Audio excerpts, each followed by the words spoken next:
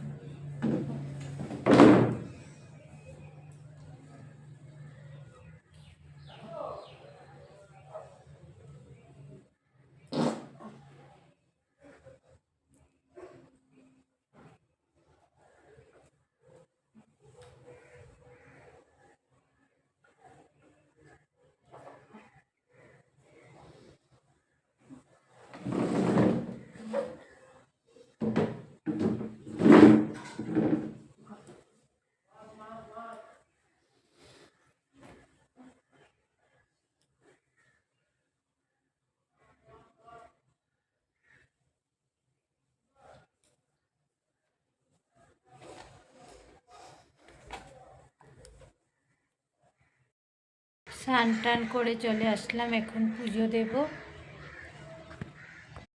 ঠাকুর ঘর মুছে ঠাকুরের বাসনগুলো ধুয়ে নিয়ে আসলাম। এখানে খেতেই আগে ঠাকুরের কাপড়গুলোতে ক্লিপ লাগিয়ে আসি, নাহলে পড়ে যাবে।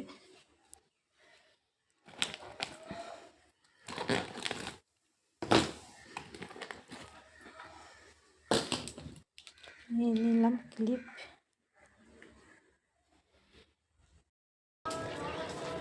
ছাদে চলে আসলাম, ক্লিপ লাগিয়ে দিই।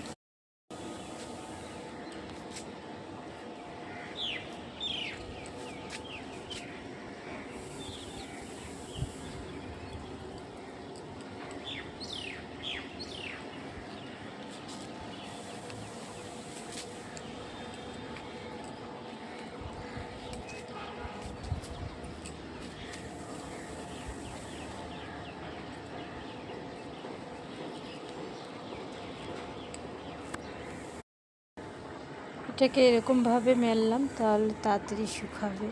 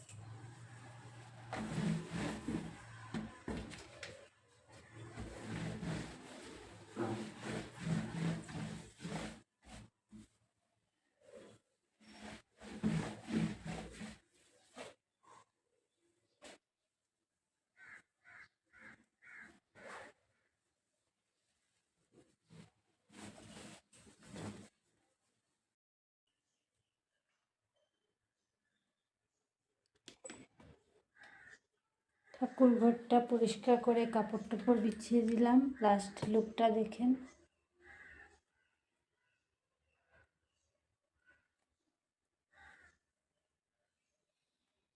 এখন সেবা দিয়ে দেব।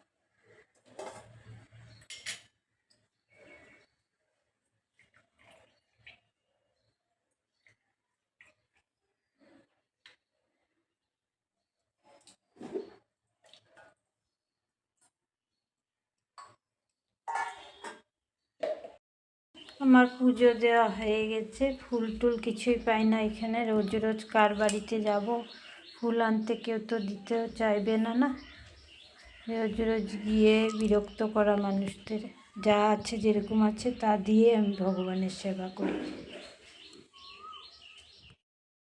অল্প চা খেয়ে নিয়ে তারপর ব্রেকফাস্ট বানাবো। আজকে ব্রেকফাস্টে হবে রুটি আর চানা ভিজিয়ে রেখেছিলাম, চানার সবজি। এখানে দুধ নিয়ে নিয়েছি, পাউডার দুধ। আজকে একটু দুধ চা খাবো। পাউডার দুধের চা খেতে ভালো লাগে না, গ্যাস হয়ে যায়, খেতেও ভালো লাগে না, কিন্তু কি করব, খেতেই লাগবে। আগে তো গরুর দুধ রাখতাম, এবার ঘরের থেকে আসার পরে আর দুধওয়ালাকে বলা হয়নি।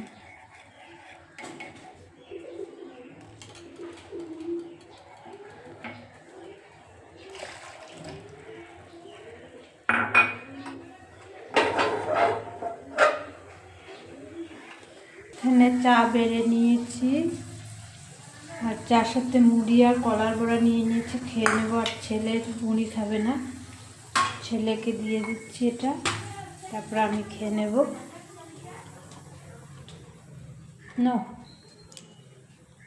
এই থালটা নিবা না, এটা নৌ।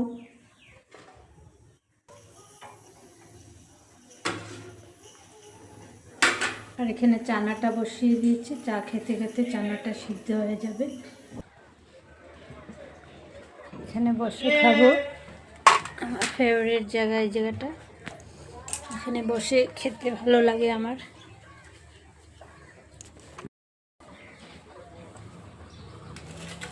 এখানে থাকলে বারিন্দাতে বসে খাই, আর ঘরে থাকলে বাইরে ঠান্ডার দিনে বাইরে রোদের মধ্যে বসে বসে চা খেতে আমার খুব ভালো লাগে।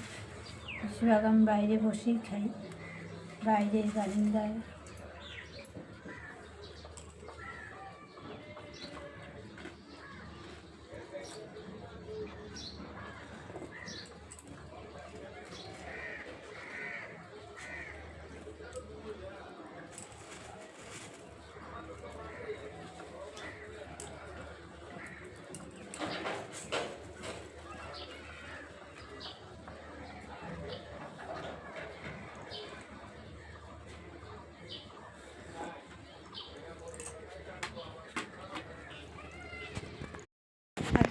আজকের ভিডিওটা তাহলে এখানেই শেষ করছি। বাই, রাধে রাধে। আবার একটা নতুন ভিডিওর সঙ্গে আপনাদের সঙ্গে আবারও দেখা হবে। ততক্ষণ সবাই সুস্থ থাকুন, ভালো থাকুন, সাবধানে।